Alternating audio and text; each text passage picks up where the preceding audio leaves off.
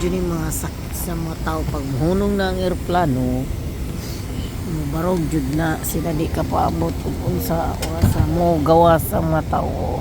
So mo din na ang sakit sa mga nasa aeroplano.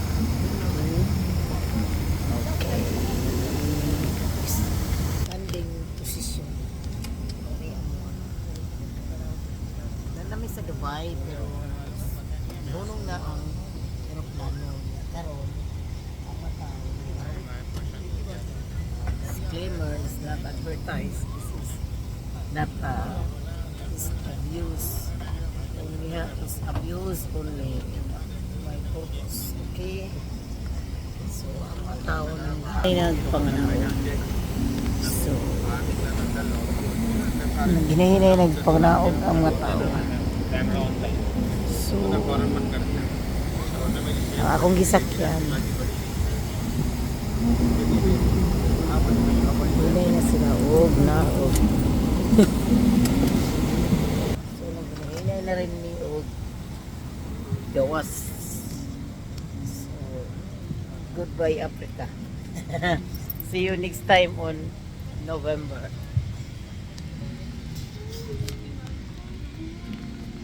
Hello. Goodbye. So mao na ni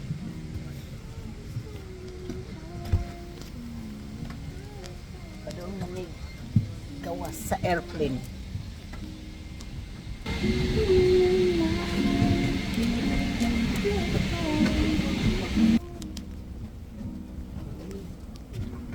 So mababay sa ako ninyo kay padung na ko sa dili lang sa ipunta mo sa mga stewardess dili.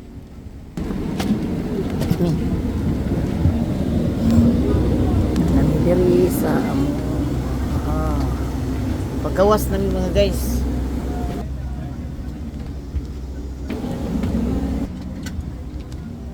Paggawas namin. Sapa. Bye. So nana ko sa Dubai Airport. Disclaimer is not advertised. It's a entertainment purpose. My own blog.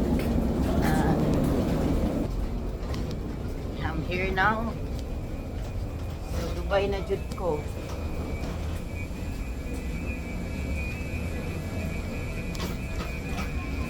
Dubai.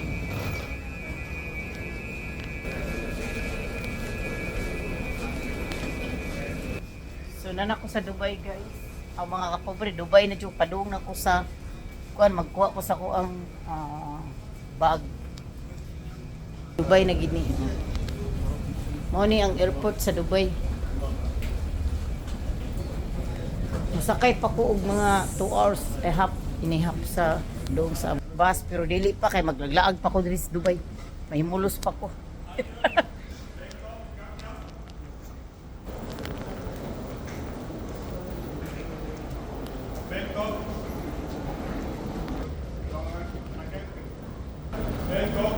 Airport na jud ni yehe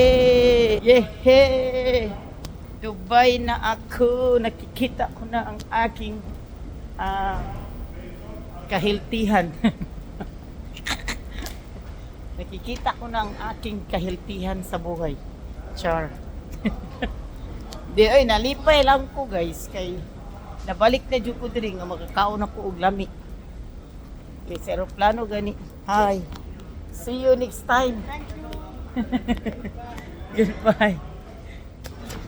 So, masaya lang ko nga kuan. Nga nagkakuan ko ba? Abot na di. Sa bagay. Nagbuwag namin ni Ablay pero unya na lang kay mag-istorya rin ato. Pinaspasay na yung uban ng lakto na.